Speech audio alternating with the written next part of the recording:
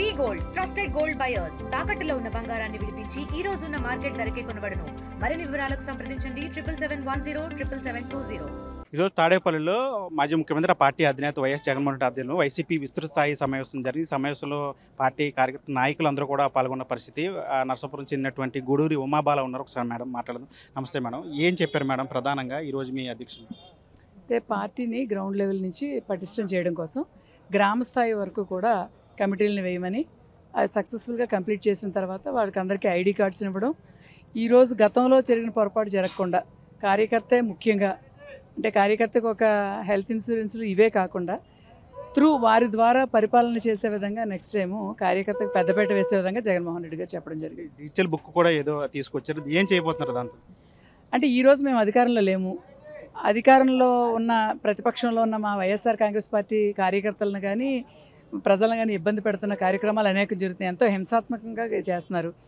అధికారం వారు ఉన్నారు కాబట్టి ఈరోజు చట్టం కూడా తన పని తను చేసుకుని వెళ్ళడం లేదు, అధికార పక్షం వైపు ఉంది. కాబట్టి వాటన్నిటిని డిజిటల్ డైరీలో నోట్ చేయడం ద్వారా మనం కంప్లైంట్ ఆధారాల పూర్వకంగా వీడియోస్ కానీ ఫొటోస్ కానీ ఇన్సిడెంట్ని నోట్ చేస్తే మనం అధికారంలోకి వచ్చిన తర్వాత అవతల అభ్యర్థి ఎవరినైతే ఇబ్బంది పెట్టిన వ్యక్తులు ఉన్నారో వారు రాజకీయంగా ప్రతినిధులైనప్పటికీ లేదా అధికారులైనప్పటికీ కూడా చట్టపరంగా చర్యలు తీసుకోవడం జరుగుతుంది. వీటన్నిటిని డిజిటల్ నమోదు చేసి వదిలేయడం వరకు, లేదంటే సంఘటన జరిగినప్పుడు వాళ్ళ వద్దకి వెళ్ళి వాళ్ళకి భరోసా కల్పించే కార్యక్రమం అవి జరగడం జరుగుతుంది. ఖచ్చితంగా అది ఇమీడియట్గా సంఘటన ఎక్కడైతే జరిగిందో దానికి లోకల్గా అక్కడ లీడర్స్ ఉంటున్నారు.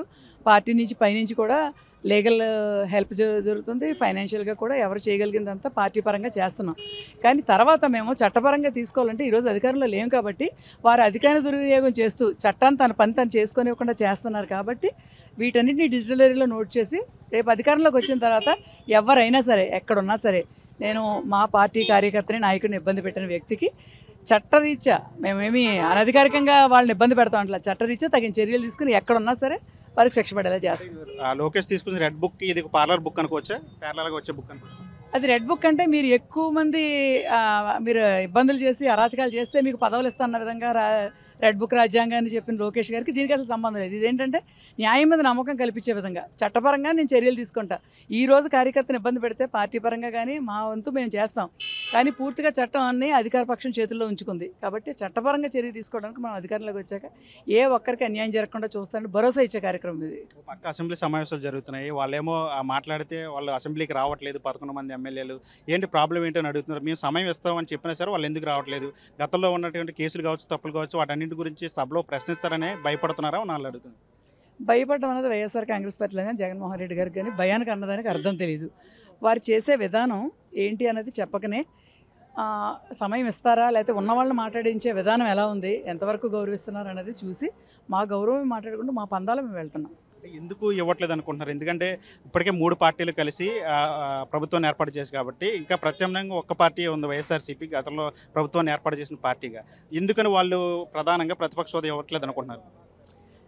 అంటే ప్రతిపక్ష హోదా ఏ రకంగా ఇవ్వకూడదు, ఎలా ఇవ్వమని జగన్మోహన్ రెడ్డి గారు కోరుతున్నారు. వీటికి సరైన సక్రమైన సమాధానాలు లేకుండా అడ్డదారుల్లో చెప్తూ రావట్లేదని జగన్మోహన్ రెడ్డి గారిని అల్లరిపెట్టే కార్యక్రమమే చేపట్టారు తప్పించి వారు సిస్టమేటిక్గా దేనికైనా రిప్లై ఇచ్చినప్పుడు మేము కూడా సిస్టమేటిక్గానే ముందుకు వెళ్ళడం జరిగేది.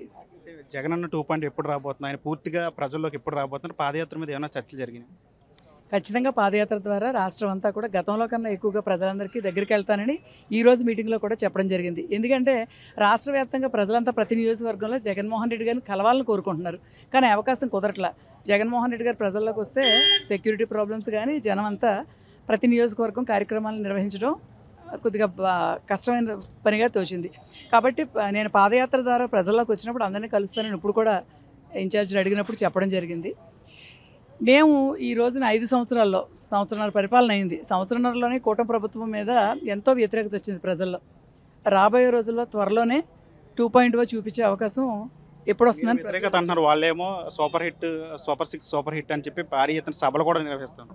ఇప్పుడు సూపర్ 6 సూపర్ హిట్ అన్నారు. సూపర్ 6లో మీరే చెప్పండి, మేనిఫెస్టోలో పెట్టిన సూపర్ 6 పథకాలేంటి? ఇప్పుడు ఈరోజు డిస్ప్లే ద్వారా మాకు కూడా మీటింగ్లో చెప్పడం జరిగింది. సూపర్ 6లో పెట్టిన పథకాలు ఏవైతే ఉన్నాయో పేపర్ యాడ్లో ఆ పథకాలు వేరు. ఈరోజు వాళ్ళు నిర్వహించిన సూపర్ 6 సూపర్ హిట్ అన్న కార్యక్రమంలో కింద పెట్టిన పథకాలు వేరు. వాటిని మీరు ఆ బ్రోచర్స్ని చూసి పేపర్ యాడ్లను చూస్తే ఆ సూపర్ 6 పథకాలను ఇక్కడ ఎందుకు డిస్ చేయలేకపోయారు? అవి కాకుండా వేరేవి పెట్టారు. ఏ పథకాన్ని ఇంప్లిమెంట్ చేస్తున్నారు? ఇప్పుడు అమ్మఒడి అన్నారు, దానికి పేరు మార్చేశారు, తల్లికి వందనం అని. పేరు మార్చినంత మాత్రం జగన్మోహన్ రెడ్డి గారు గుర్తుపోదు. అది జగన్మోహన్ రెడ్డి గారు పిల్లల సంక్షేమం కోసం, పిల్లల విద్య కోసం చేసింది. ఫీజు రీయింబర్స్మెంట్ ఇవ్వట్లేదు. ఆరోగ్యశ్రీ అయితే ఎంత పెండింగ్ ఉంది, ఏ ఒక్కరికి కూడా ఆరోగ్యశ్రీ మేము 5 లక్షల నుంచి 25 లక్షలకి ఆరోగ్యశ్రీ నిధులను పెంచాం తప్పించి, మరి ఈరోజు ఆ నిధుల్ని ఇచ్చి ఏ రోగికి కూడా సాయం అందించిన దాఖలాలు లేవు. విద్యార్థులకు కూడా ఫీజు రీయింబర్స్మెంట్ ఇచ్చిన దాఖలాలు లేవు. ఏ ఒక్కటి కూడా ముందుకు కొనసాగడం లేదు. అది కూడా తల్లికి వందనం అని పేరు మార్చినప్పుడు కూడా ఎంతమంది అర్హులైన వారందరికీ వచ్చేది. ఈరోజు ఆ అర్హులు తగ్గించారు.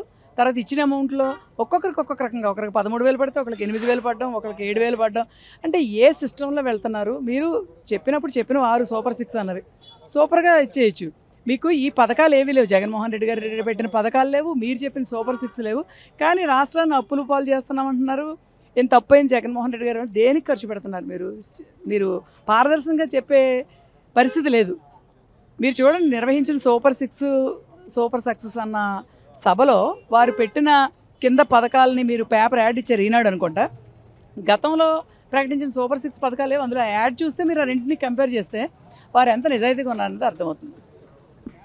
ఇది మొత్తంగా వైసీపీ నాయకులు ఒకటే చెప్తున్నారు. కూటమి ప్రభుత్వం వచ్చిన తర్వాత కేవలం వైసీపీ నాయకుల మీద కక్ష సాధింపు చర్యలకే పాల్పడుతుంది. ఎక్కడ కూడా ఇచ్చిన హామీలు అక్కడ కూడా సరిగ్గా సక్రమంగా నిర్వహించలేదు. కాబట్టి ఇప్పటికైనా సరే కూటమి ప్రభుత్వం దాన్ని సరిచేసుకోవాలి, లేదంటే పెద్ద ఎత్తున ప్రజల పక్షాన వైసీపీ పోరాటానికి సిద్ధమవుతుందని చెప్పి వాళ్ళు కూడా చెప్తున్న పరిస్థితి. కిరణ్తో మనీ RTV తాడేపల్లి నుంచి.